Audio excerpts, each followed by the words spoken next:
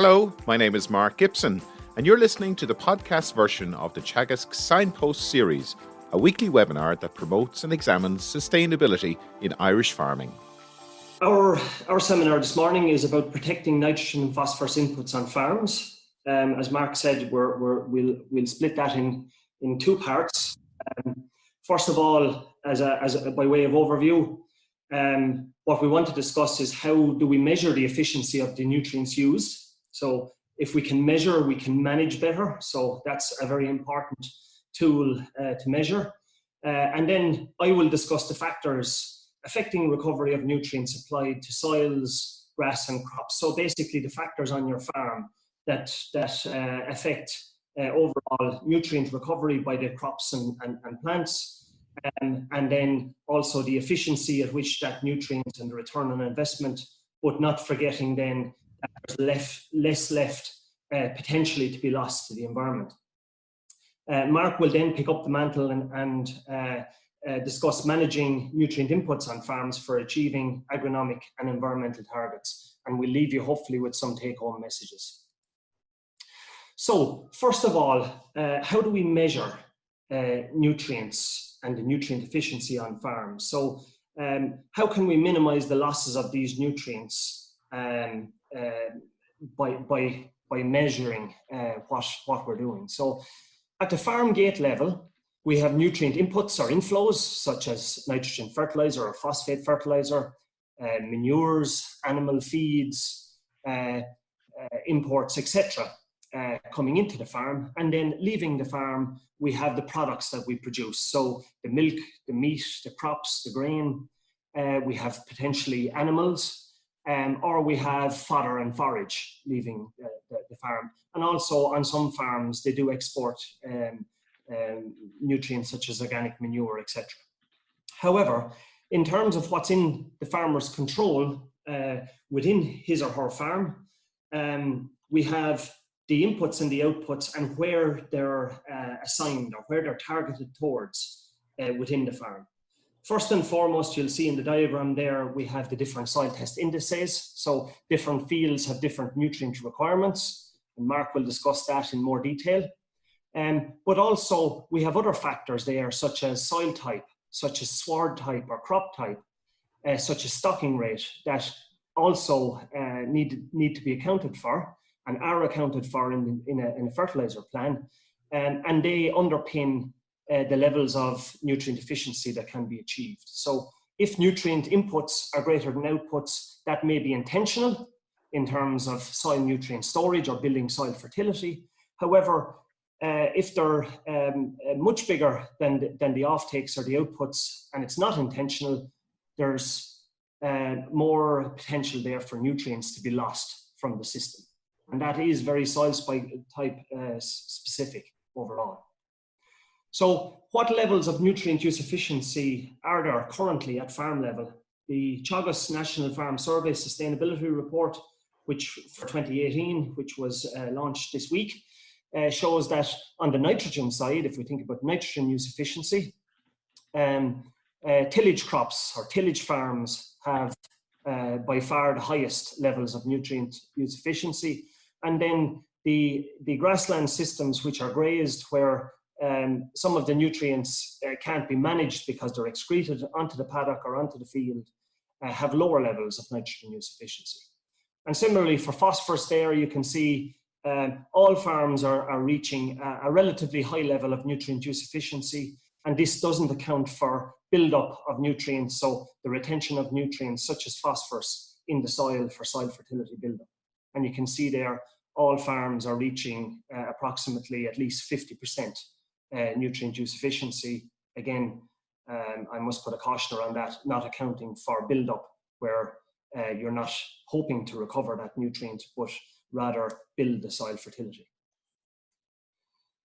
So if we think then, what can farmers do? What can farm advisors help with in terms of accounting for differences within farms? One area there is soils. The soil type on the farm has a big role to play here in terms of the levels of efficiency and then the type of management of nutrients that should be taken throughout the season. And one soil certainly does not fit all in this respect. If we think about the soil information system, the Irish Soil Information System, there's a lot of information there about the different soils within your area, within your region.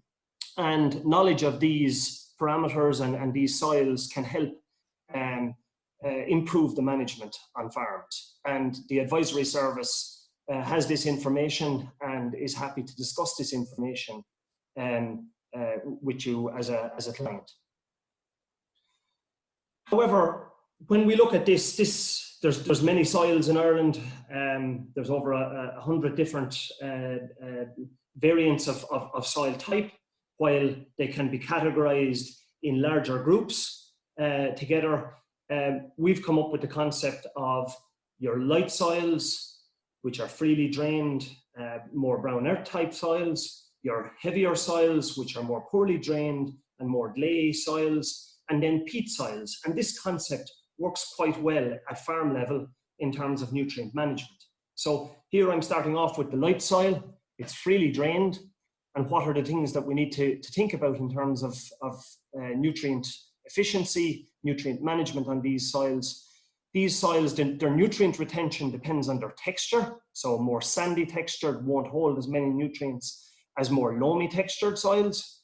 However, in terms of losses, they have lower potential there at the top for greenhouse gas losses because they're not saturated for very long throughout the year.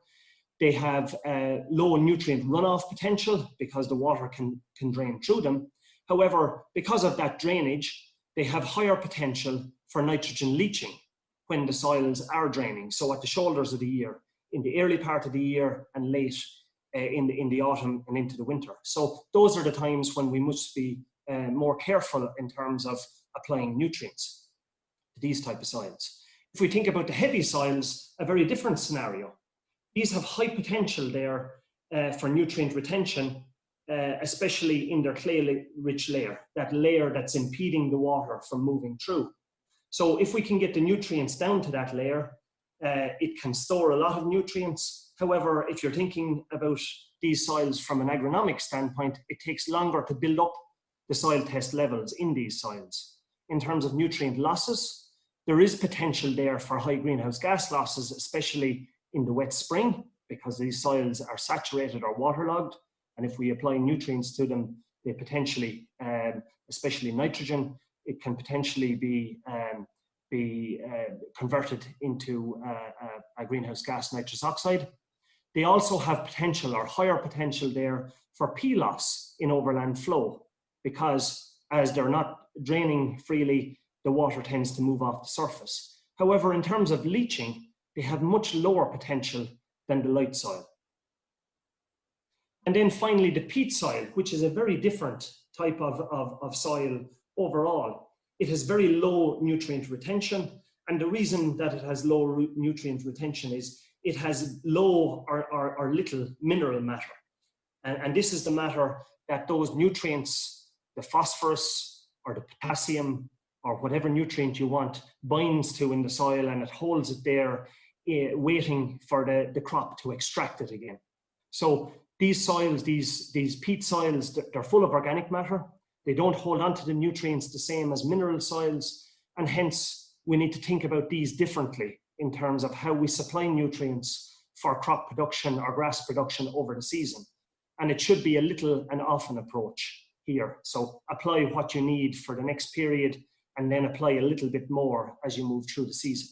These have high potential for greenhouse gas loss because they're usually wet at times of the year, and they have loads of carbon for the biology to conduct that conversion. And they have potential there for P loss because they don't hold on to it due to the lack of mineral matter.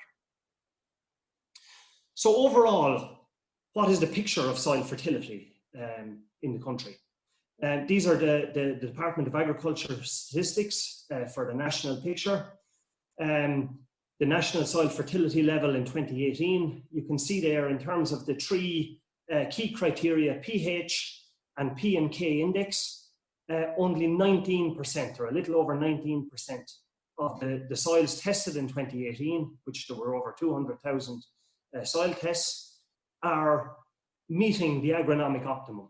So if we turn that on its head, that statement on its head, over 80% of the soils are deficient in one or more of the key nutrients. And that has an effect in terms of total nutrient efficiency and the recovery of those nutrients that we're using, the return on the investment, and also the potential for loss. If we start off then by going through some of the basics for a few minutes, lime and soil pH, these are the foundation of soil fertility. These are the first step towards improving soil fertility and hence nutrient recovery on a farm.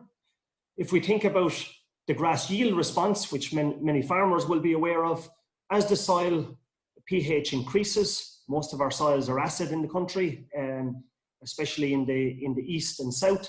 As you move towards the west, there is more high pH limestone soils, limestone-derived soils. However, for the majority of our soils, they do need lime to increase pH. This is a study that I'm showing from 6 farms. Each of the symbols or dots on the graph represents a paddock where we took soil tests and we also measured grass yield. And you can see here quite clearly that the maximum yield or the maximum yield potential is achieved once we correct the soil pH. So that sweet spot there for grassland of 6.3 or slightly above, you can see there that we maximized yield there on these farms, and they were growing almost 13 tons of dry matter. In terms of nutrient use efficiency with lime, you can see here what I'm showing is nitrogen use efficiency levels for a number of sites that we conducted research on.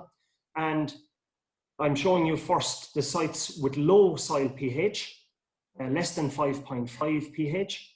And you can see there whether there was P applied or not, we're getting relatively low levels of nitrogen use efficiency, from about 55% up to nearly 60% with phosphorus applied. However, where we optimize the soil pH and then we apply the phosphorus, you can see there that we're increasing that nitrogen use efficiency up towards of greater than 70% where the phosphorus is applied. But just by correcting the soil pH, we move from 55% up to 65%. So again, lime and soil pH being critically important in terms of the efficiency of the other nutrients. A consequence of this as well, we also lower the greenhouse gas levels in the soil, the potential there for greenhouse gas emissions in the soil by achieving that optimum pH. Finally then, if we think about soil fertility, why build? Why build soil fertility is a question that's often asked. If we're using relatively high levels of nitrogen fertilizer or slurry, etc. on a farm, it really is critically important to build soil fertility, to have that balance in terms of phosphorus, potassium, sulfur, etc. And this is a figure where we took 10 grassland soils and we looked at different index levels across those soils. And you can see there the relative fertilizer use efficiency for the index 3 soil is the highest. And as we slip down to index 1 being the lowest and index 2 being intermediate, you can see there the levels of nitrogen use efficiency fall off dramatically. And on average, up to 15% of the N is potentially unused where we're operating at an index 1 or 2 for soil fertility, for phosphorus and potash. So again, this is critically important to build soil fertility to establish a higher level of nitrogen use efficiency. However, what is this effect as we move through for every element of soil fertility? And this is the efficiency of nitrogen recovery by grassland swards across 446 grassland fields in Ireland on dairy farms. So this is a study that was conducted in 2015 and 2016. And we're looking at the N use efficiency. And you can see here where the soil fertility was low, we're getting on average about 35% recovery of that nitrogen by the grassland swards, and hence about 35% nitrogen use efficiency by the grass. If we move forward then, As we optimize the pH or the phosphorus and potassium gradually, we increase that level where we're moving up to close to 60%. So we're almost doubling the nitrogen use efficiency as we increase the soil pH. And then where we get it all right, finally, there in the green, where we get the optimum soil pH, P and K, where we get the highest level of nitrogen recovery, nitrogen use efficiency, both from soil reserves and from the applied fertilizers. So again, this also is evidence there that achieving optimum balance in soil fertility will maximize the return on investment in terms of inputs, nutrient inputs, fertilizers, manures, etc., but also protect the environment and water quality from potential losses. And then finally, before I hand over to Mark, it's really critical then that we match the nutrient inputs to the grass growth potential of the individual fields, the soil types and the soil fertility levels on the farm.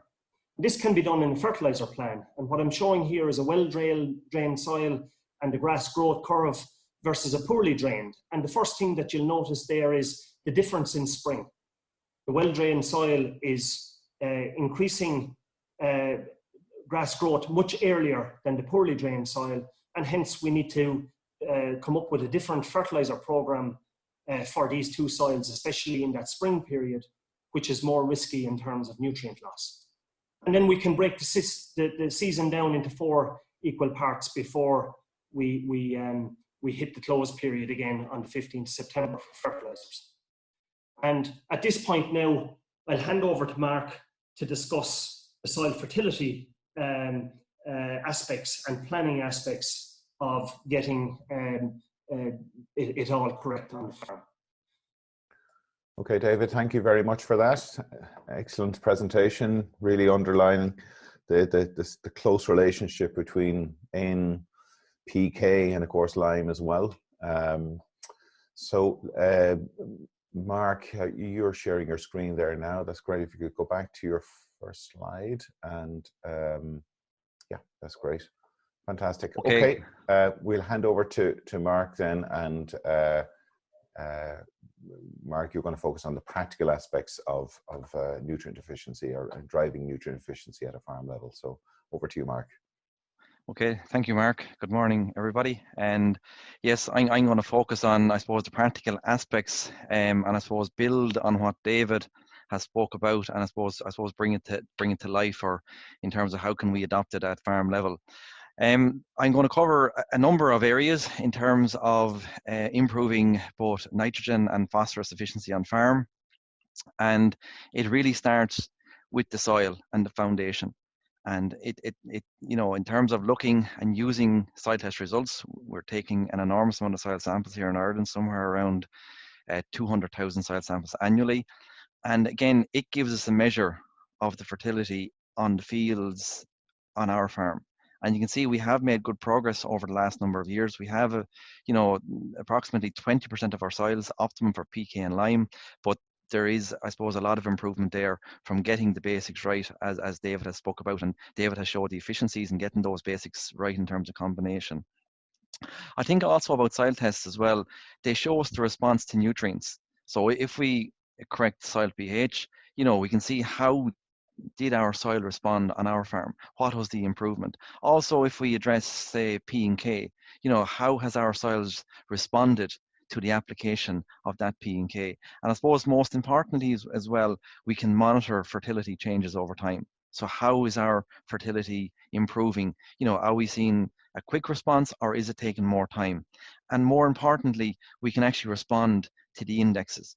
Have we a lot of index 1s or have we a lot of index 4s? And we can take the appropriate action there in terms of managing, especially, phosphorus and potassium on those soils in terms of driving nitrogen efficiency.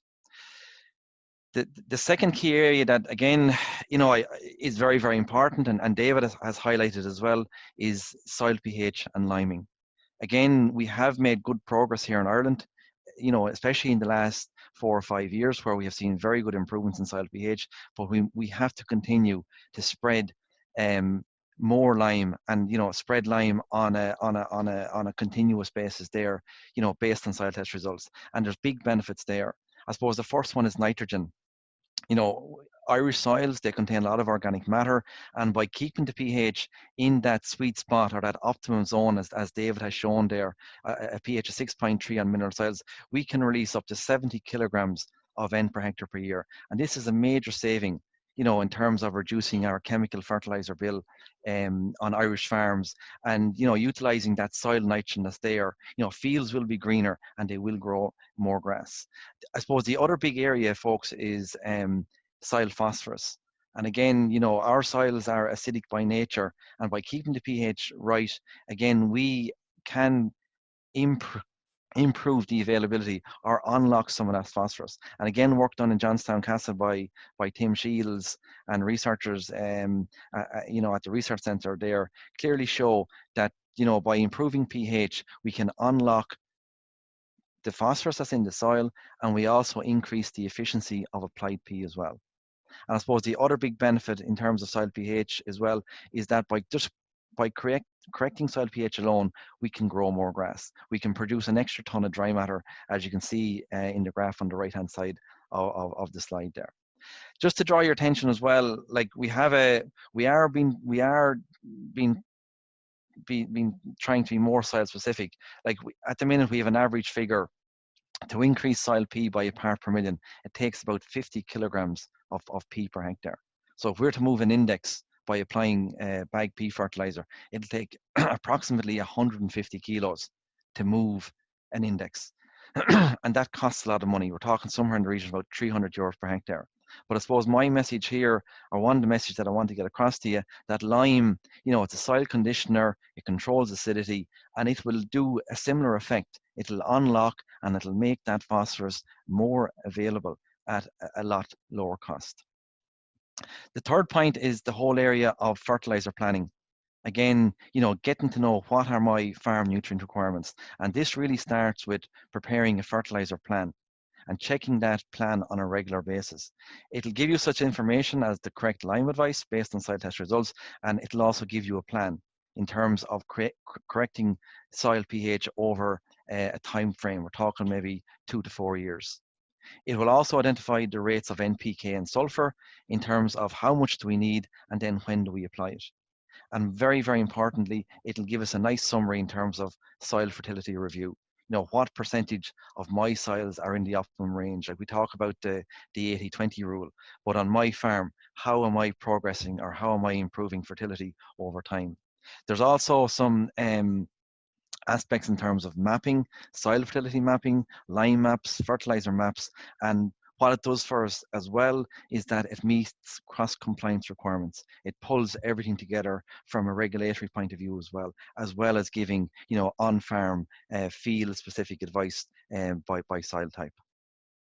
I suppose the other big area that is probably a big change at farm level, and again visibly as well, is that how we spread slurry in this country. You know, there's big benefits there to moving to the low emission techniques in terms of band spreader or trailing shoe. There's many benefits there in terms of reducing ammonia emissions, retaining more nitrogen in terms of growing grass, and again, reducing our annual farm nitrogen requirement. Again, we can spread into heavier covers. You know, we can pick, you know, better soil conditions, you know, in terms of using that slurry efficiently. And also farmers tell me as well that, you know, after first cut silage, there's a better recovery in the sward. And that's down to basically better nutrient retention, and especially retention of that nitrogen. Like if we take a cubic meter of cattle slurry by low emission, we're looking at retaining a kilo of N per cubic meter. Another very, very important aspect as well is timing of application. And again, we're looking at moving more slurry application into the springtime of the year, where we have better conditions in terms of recovering and retaining more of that nitrogen for growing grass during the growing season. I suppose another important aspect as well is, I suppose, in terms of what's the P and K requirement, you know, for grazing ground and also for silage ground. So if we look at grazing ground, if we take dry stock and dairy farm systems, the P and K requirement is actually quite low, especially on dry stock farms. And again, it's slightly higher on a dairy farm. But I suppose the big area to focus on is where we produce our grass silage, our winter fodder annually. There's a bigger requirement there, especially in terms of potash. There's a large K requirement in those fields. And again, that's very, very important in terms of nitrogen efficiency and utilizing that nitrogen as efficiently as possible, that we supply the correct balance of nutrients for that crop. Okay, to bring it down then to maybe in terms of a fertilizer program, if I just focus on phosphorus here, again, in terms of using that phosphorus efficiently during the growing season and back to the grass growth curve, we aim to apply 50% of our phosphorus in the early part of the growing season. You're talking your second or third round of fertilizer. And again, the research would show that we split the remaining 50% in 2 or 3 applications, that would coincide with the 4th or 5th nitrogen application during the growing season. In terms of fertilizer types, okay, so again, if we're to put a fertilizer program together and if we're picking products, so again, for example, a nitrogen source, again, protected urea, that could be our source of nitrogen in terms of meeting our nitrogen requirement annually. In terms of P and K sources on the grazing ground, again, options, there's many options, but maybe just to identify some of the options here, we're looking at an 18612 plus sulfur, or maybe where we're in a build-up situation, something like a 2310 plus sulfur. Our silage ground then, again, cattle slurry should be the priority. Again, that's where our cattle slurry needs to go in terms of maintaining that nutrient balance on farm. And fertilizer options then in terms of balance are something like a 24.5 10 plus sulfur or 27.5 5 plus sulfur. In terms of, I suppose, using nitrogen as efficiently as possible, again, back to the grass growth curve that David has presented earlier, you can see I've just put in terms of response. So in the early part of the season, we're looking at a poor response in that January, February period. As we move in then to the peak in terms of grass production, sort of March, April, May, June, that's when we get our best response. So again, that's where we're terms in getting the best return from applied nitrogen. And then as we move into the latter part of the season, the response tends not to be as good, and a poor response then as we move into the August, September time of the year. Okay, to try to pull it all together then in terms of building a fertilizer program, I suppose the key things to be conscious of, in terms of aspects of building that fertilizer program, the first one is the soil type. And I said David has outlined it pretty well in terms of, the movement of nutrients and, how or when we should apply those nutrients to use them most efficiently on those soils. The other big thing then is the stocking rate, or what's the demand for grass on that farm, or what are we trying to grow or supply during the growing season. Another aspect to consider is your indexes in terms of P's and K's, and here I've chosen an index 2 for P and K. And that gives us then our nutrient requirements. So you can see here, I suppose, the fuel in the tank in terms of growing sufficient grass during the growing season for that stocking rate. We're looking at 250 kilograms of N, 37 kilograms of P, 65 kilograms of K, and 20 kilograms of sulfur. In terms of splitting that then, so again, in terms of nitrogen, we split it then based on demand. So again, we kick off with 25 kilograms in the February window in terms of, soil type and also weather conditions. And then we get into the main, I suppose, the peak of the grass growing season in the March, April, May. And again, you can see there's a bigger demand there. So we can get better utilization, more efficiency as we move into the peak part of the grass growing season. And then as we run into June, July, September, again, there's a fall off there in terms of nitrogen requirement, and that's reflected in the application rate. In terms of building the fertilizer program, again, the 2 products of choice for this example here, I've picked protected urea in terms of my nitrogen source, so that's straight protected urea. And then in terms of balance, in terms of supplying my P's and K's and sulfur, I'm gone for an 18612. And that's coming in, my 18612 there is coming in the March to April period, depending on soil type. And then I'm feeding more 18612 in later in the season in terms of maintaining sufficient P in the herbage. And my main nitrogen source, as you can see, is protected urea throughout the growing season. In terms of phosphorus then, as I was saying there, we're bringing phosphorus in early in the season in terms of maintaining grass yield and quality. And then in terms of herbage P that we're drip feeding in, you can go either in a single application for the, the remaining season, or you can even, you go, even 2 applications of phosphorus, depending on your requirement. As I say, this is an index 2. And again, this soil will supply phosphorus. So again, we're topping up the grass P requirement during the growing season. So this is what NMP Online can do for you.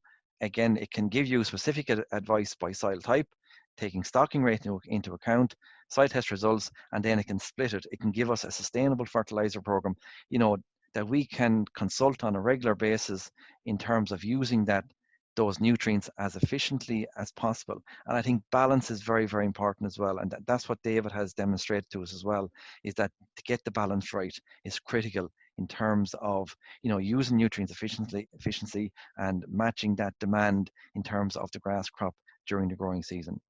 So to finish up, I suppose in summary then, the key points are soil test results.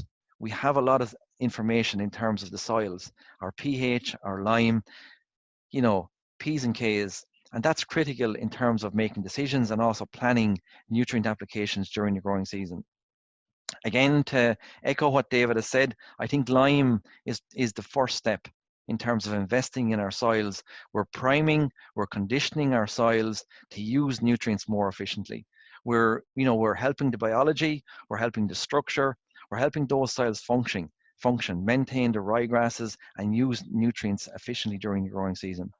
I can't overemphasize the importance of preparing a fertilizer plan strongly enough, and we must consult that plan on a regular basis, because when it goes down to farm level, there's so many factors in there in terms of weather, soil type, products, slurry, where it fits in. So we must consult with that fertilizer plan on a regular basis to use that nutrient as efficiently as possible. In terms of cattle slurry, I think there's a big win-win there in terms of the new technology, in terms of the low emission spreading, in terms of nitrogen recovery. We are retaining more nitrogen on farm to grow grass. There's a big saving in there in terms of our nitrogen requirements. And also then, it's a step forward in using slurry efficiently on farm, in terms of both visual impact and also the precision. And we can go out at more specific times during the growing season into heavier grass covers and put that slurry. We can place that nutrient where it's going to be utilized as efficiently as possible in terms of NPK that it's supplying to grow grass. Also very important to identify crop nutrient requirements. Is it grazing or silage? What's the indexes? What's our requirement? And again, to get the balance right. And I think the final step then is to pick a suitable fertilizer or a blend that matches the soils on our farms. And again, I'm looking at something like something like an 18-6-12 plus sulfur with a straight nitrogen, or a 14-7-14, or maybe a 23-10-0. There's a range of products there, and we're very, very fortunate in this country that we have a big range of products. And our fertilizer suppliers are willing to blend and supply different fertilizer types based on soil requirements, based on regional requirements to meet our demands. And we have seen that on the tillage side of the house, that based on yield and soil requirements, that there is a big range of fertilizers out there. And I suppose that's maybe a challenge on the grassland side of the house, to maybe look at other blends of fertilizers to meet our annual nutrient requirements.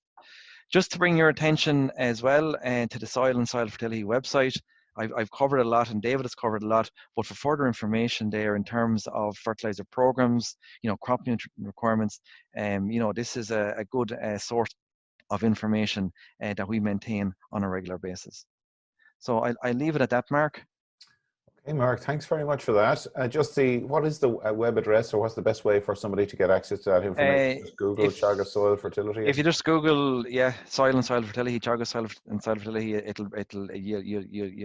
get to the website through that. Yeah. Great. Okay. Brilliant. Well, thanks very much for that, Mark. So if I can ask David and Pat to join us now for our Q&A session. If you have any questions, please do submit them to us. We have quite a number of questions come in so far, but if you have any further questions you'd like to put to David or to Mark, please do submit them as soon as you can. So we're going to run up until about 10:30 with our Q&A session. Just to kick things off, Mark and David, we have quite a number of questions coming in relation to organic farming, and I appreciate that today we are focused on conventional systems, but is there advice that we can offer to organic farmers at this stage? And I think that's something we're probably going to focus on in a separate discussion anyhow. David, you're just on mute there, just in case you weren't aware. So yes, and I know both of you have worked with that sector as well, or provided advice to that sector. Yeah, I suppose, Mark, if I start, the same principles apply. Obviously, for an organic sector, you're not going to be using the chemical fertilizers in the system, but manures, soil types, crop growth habits in terms of seasonal crop growth, all those principles still apply to where we try to match the nutrient inputs or the nutrient returns, or in an organic system, planting a crop at a time when the nutrients will become available to utilize those. So I think many of the same principles can be applied to the organic sector. The big difference is that we're not using the chemical fertilizers to bolster the system, but by knowledge of your soils and the nutrient supply potential of those soils, inputting the manures or even the green manures at the times when you can utilize them, when the crop is going to grow, will still maximize the returns from those systems. Yeah, I totally agree with what Dave said. I think soil pH is absolutely very, very important in terms of nutrient efficiency, nutrient availability, in terms of nitrogen, phosphorus, potassium, and also the efficient utilization of manures, whether it's farmyard manure, slurries, and the technology. Like the technology, especially the low emission slurry spreading, the technology has moved on so much. It's in terms of the equipment. And there's big benefits there. And I'd imagine in an organic system, the benefits would be, probably as important, if not more important, than your conventional system. Mm-hmm. Okay, Pat, quite a few questions coming through there. Yes, I suppose a lot of questions there in relation to lime. First of all, in relation to the timing of lime, and I'll throw a few things at you because they're all kind of related. There's questions in relation to the impact of lime on soil organic matter, and then there's another question specifically in relation to liming in heavy soils in terms of timing and in terms of benefit. Okay, if I just start off on that, in terms of lime and organic matter, so what Mark has showed is from the research that we're increasing the nitrogen supply potential, which is mineralization of some organic matter. However, lime also increases the grass growth potential, and while the above ground biomass is what we look at, so the crop yield or the grass yield or whatever, which we harvest or graze or whatever, correspondingly the below ground biomass, the root system corresponds, and it will grow as well, pumping more carbon, CO2 from the atmosphere down into the soil layers where it can replenish that soil organic matter and also feed the soil biology. So the soil biology needs labile carbon to consume as its food and to be more of a healthy ecosystem.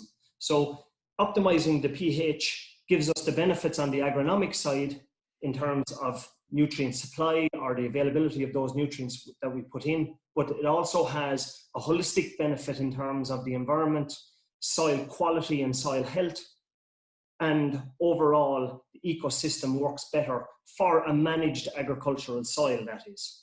Obviously, if you're in a species-rich grassland or something like that, where there's natural grasses that grow at whatever pH there is, or in an upland area, we're not applying lime on those. So this is for the agriculture, the managed agricultural land. The second question to do with heavy soils and timing, Farmers do need to be very opportunistic in terms of getting out lime, because weather turns against us, soil trafficability issues come up. It's a little bit like using heavy slurry equipment. You don't want to do damage to the soil. So in a system, a conventional agricultural system, you need to be almost have the lime contractor on speed dial. A load of lime will do approximately 10 acres at 2 tons to the acre. So it's very easy to have that area grazed out or post silage and apply your lime. Heavy soils present more of a challenge because the windows are tighter in terms of trafficability with the heavy equipment. However, it can be done, and we've shown in the heavy soils program that it was done very successfully with huge agronomic and environmental benefits for water quality. Just Mark, while you're speaking about lime there, we have a question in relation to lime on heavy soils, and is there an optimum time to get the best value from lime in that situation, and to reduce the risk of runoff or leaching or anything like that?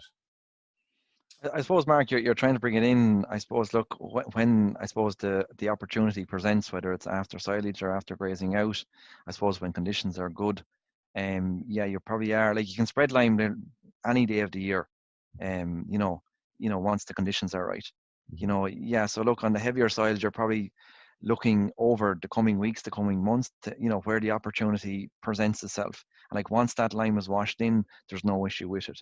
And you're probably looking at, 2.5 tons to the acre. It will work. Like, once it gets moisture, there's a fine component in that lime. 35% is less than 150 micron. And that's the really reactive part of the lime. And once it gets rain, it starts to work. But yes, on the heavier soils, you are looking, I suppose you want to take every opportunity, and as David was saying, have your lime contractor on speed dial. And whether it's a load or two, whether it's a reseeding time after first cut silage, after grazing out, and preferably when conditions are good. Okay, Pat, do you have further questions there? It's plenty coming through there. Pat's on mute, I think. Oh, can't hear you, Pat. Question in relation to lime in sensitive environments, and in particular, say, in relation to pearl mussel areas. Is there advice there in terms of being careful, etc.? Yeah, look, there's obviously sensitivities there in these sensitive habitats and areas close to pearl mussel waters, etc.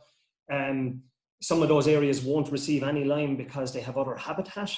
However, in the agricultural areas, what we don't want to do is not to consider the nutrient efficiency side of applying some fertilizers or manures in these areas and having the soil pH almost holding back the efficiency. So what I would say in those areas, the agronomic land that is receiving nutrients, either slurries or bagged fertilizer, a more cautious approach to lime needs to be employed, where you build up lime over a number of years using smaller amounts. So while the soil test might tell you that over the next 5 years, you need 5 tons to move from a very low pH level up to the optimum, you do that gradually. You don't heat up the ground in terms of mineralization of nutrients by putting it out in one go. That would be the advice. And by doing that little and often approach, we can edge up the soil fertility and the pH levels to a level where it's sustainable for both water quality and maintaining the habitat for that pearl mussel. It also, in those pearl mussel areas, sediment is a big issue. And by having a better grass cover, which is more dense under the animal's hoof prints, it's not likely to be eroded away, the grass cover, where you end up with more sediment. So it actually has benefits there in the long term. But I do take the point, we do need to be cautious in terms of how soil fertility is approached in those areas. There's a number of questions about what you might describe as alternative products, in particular Gran lime. What role potentially does it have, or how does it compare in terms of effectiveness and cost? Okay, in terms of Grand Lime, I suppose it's very much a maintenance product. Like if we think of build-up, I suppose maybe if we think of soil pH build-up, we're looking at a ratio of 1:1. So if we have a lime requirement, say of a ton to the acre of ground limestone, that means we need a ton of granulated product. So from an economics point of view, if you're in a build-up situation, if you're less than a pH of 6, the product of choice is ground limestone. If you're above a pH of say 6, or if you're in a maintenance situation, the ratio is 1:3. So if you need a ton of ground limestone, you need a third of a ton, or 330 kilos of granulated product.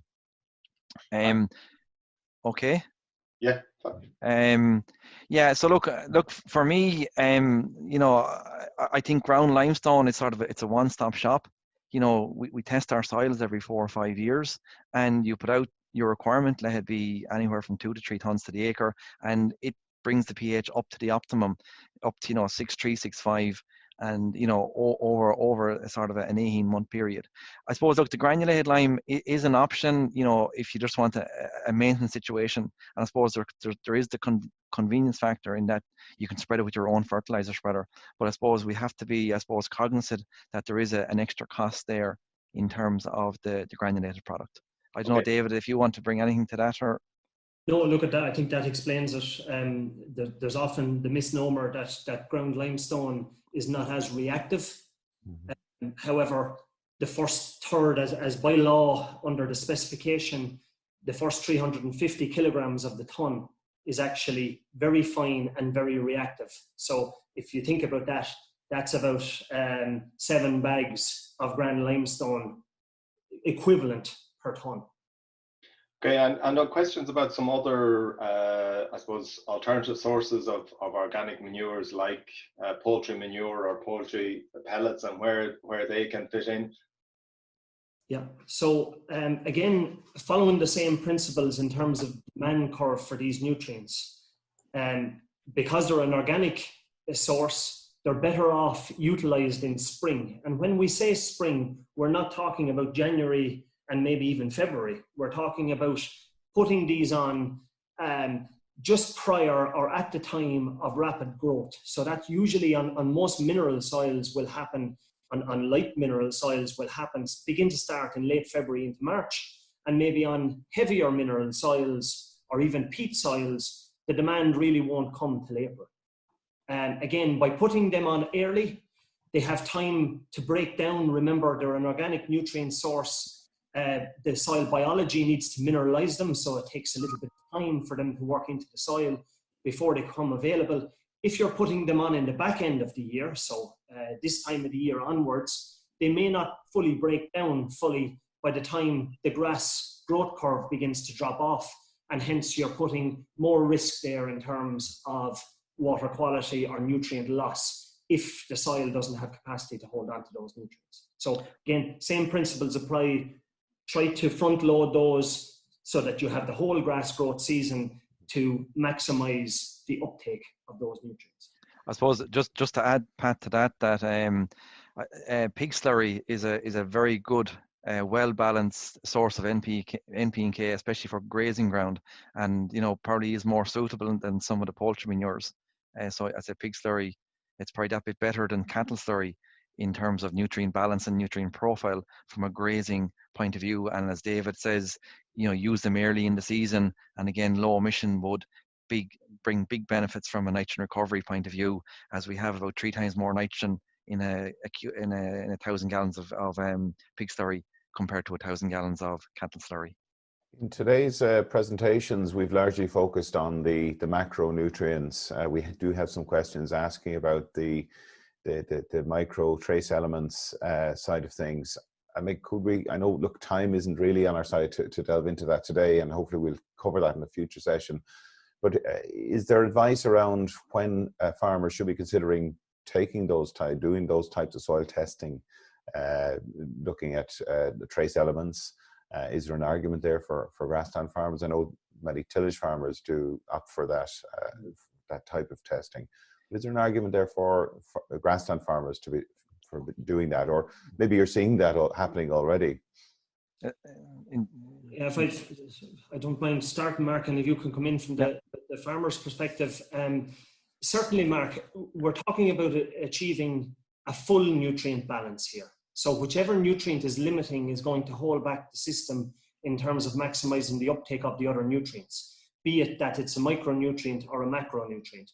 We've concentrated on the macronutrients N and P because those are the ones that are in the nitrates and water framework directives in terms of causing negative impacts when they're lost to water quality. However, potash, sulfur as the other key macronutrients, even magnesium on that, and then the trace elements.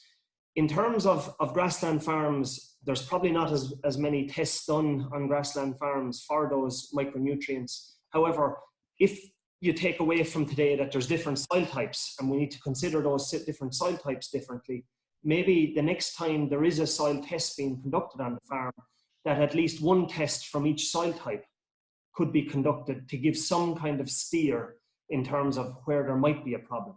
Many grassland farmers will have tested if they have a problem in terms of animal nutrition. They might go back the whole way as far as the soil to diagnose if the problem is seated there. However, this is something that is on the radar. We have research ongoing on this in this area, but the adoption in terms of grassland farms probably needs to be, there needs to be a look-see at this stage and a kind of a reconnaissance of whether those issues might be manifesting themselves in terms of holding back either production or environmental quality. Mm-hmm. Mark, do you see many grassland farmers opting for that now, or is there any? Do you notice any difference in that? Not really, Mark. We mainly tend to concentrate on our lime, our P and our K. But no, I totally agree with David. I think it's good practice that to maybe get the magnesium done. It's only a small extra cost, and the same with the trace elements. Again, I totally agree with David. Where soil types change on the farm, it's a good place to start, to maybe dip in and see what's going on, to see what's going on in the soil, whether it's, copper, manganese, zinc, etc. See what's going on in conjunction with herbage analysis. Just a quick add-on to that. There's a question coming in here around the actual carbon element of soil testing. Is that something that we're seeing, or is that something that's on offer?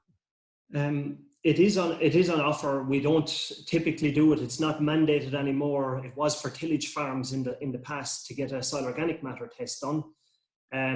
Soil organic matter and carbon, they will tell you pretty similar things. However, in terms of carbon, there's a lot more to it. So carbon is a nutrient in its own right in terms of soil biology. Mm-hmm.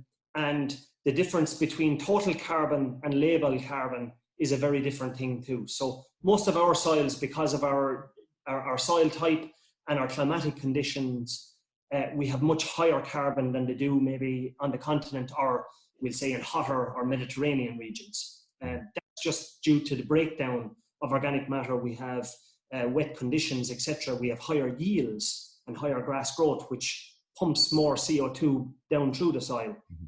But getting back to the question in terms of testing, it's worth doing a test where you have maybe tilled the soil for a long time and you want to look at where it is versus your grassland soil, and maybe look at the rotation or the different soil types on the farm to see, are they different.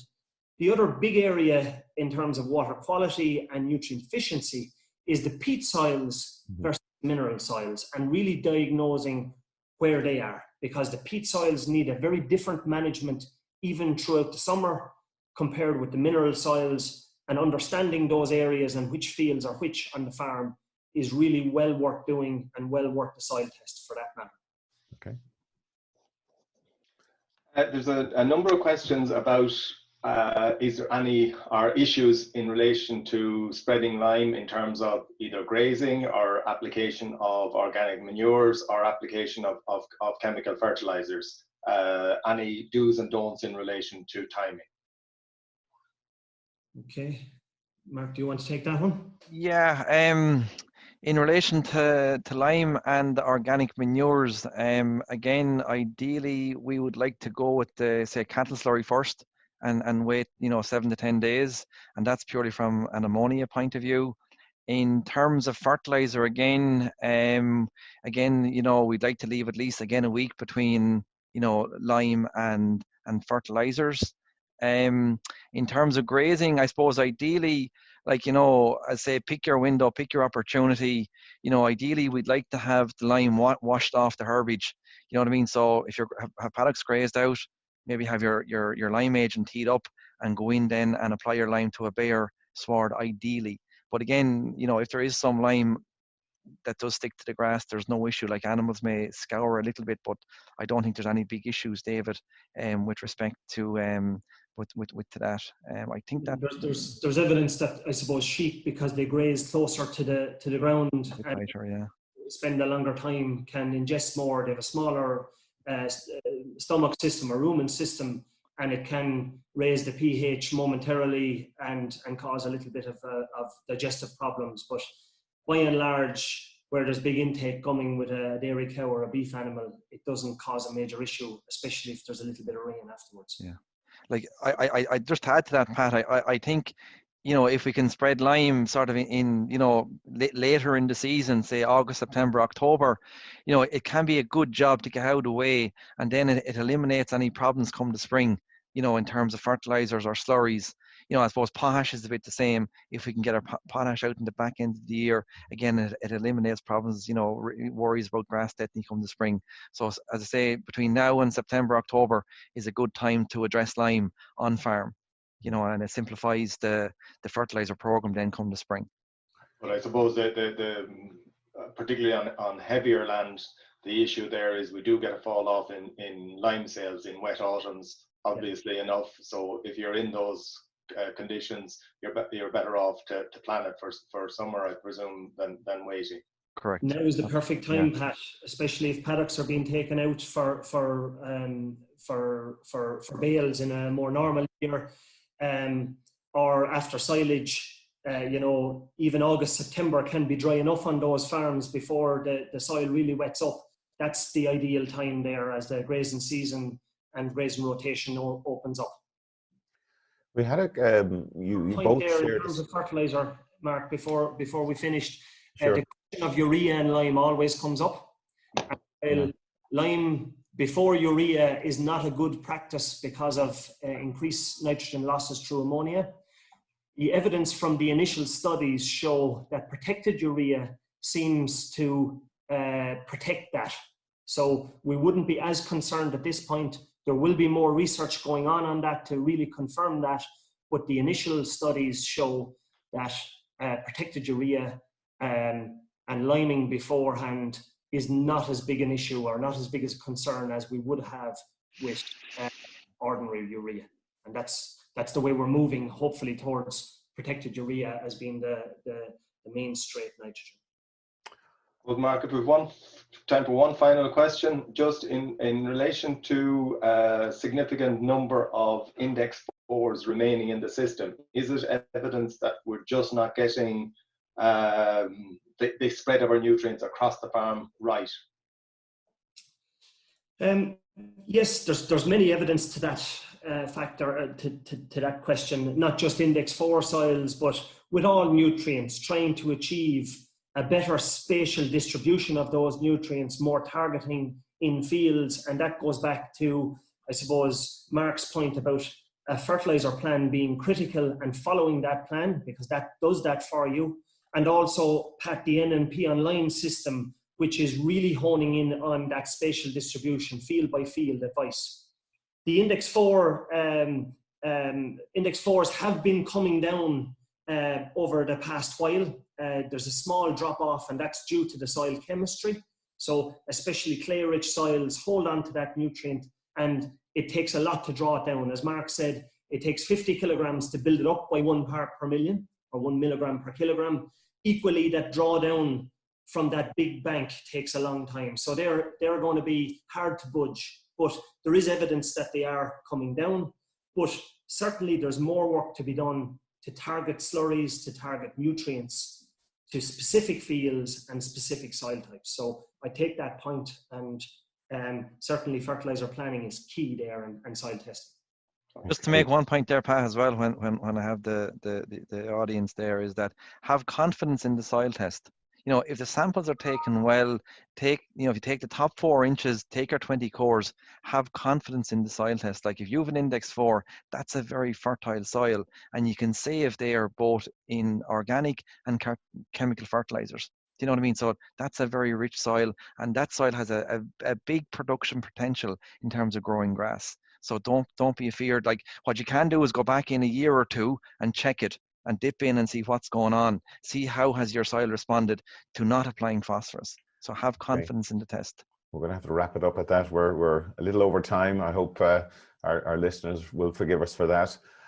Look, I just want to thank you both really for excellent presentation and very practical responses there to the questions that came through.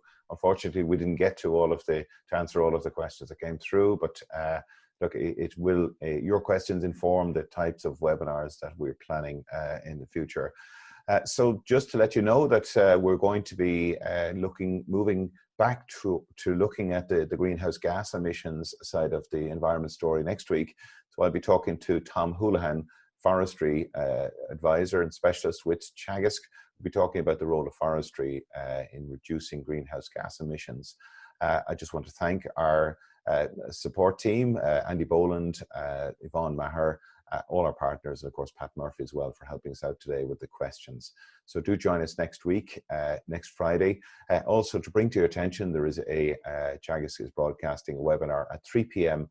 on Monday next. It contains information about the latest outputs from the National Farm Survey. So that is available you can download and access that on the Teagasc website. And also today's presentations and recording of the video will be available on the Teagasc website in the coming days. So with that, thank you again for your attention, and I look forward to talking to you next week. You've been listening to the podcast version of the Teagasc Signpost series, the weekly webinar that promotes and examines sustainability in Irish farming. Don't forget to join us live every Friday morning for our latest webinar. For more, visit teagasc.ie. And you can also rate, review, and subscribe to the Signpost series on Apple Podcasts, Spotify, or wherever you get your podcasts from. I'm Mark Gibson, and thanks for listening.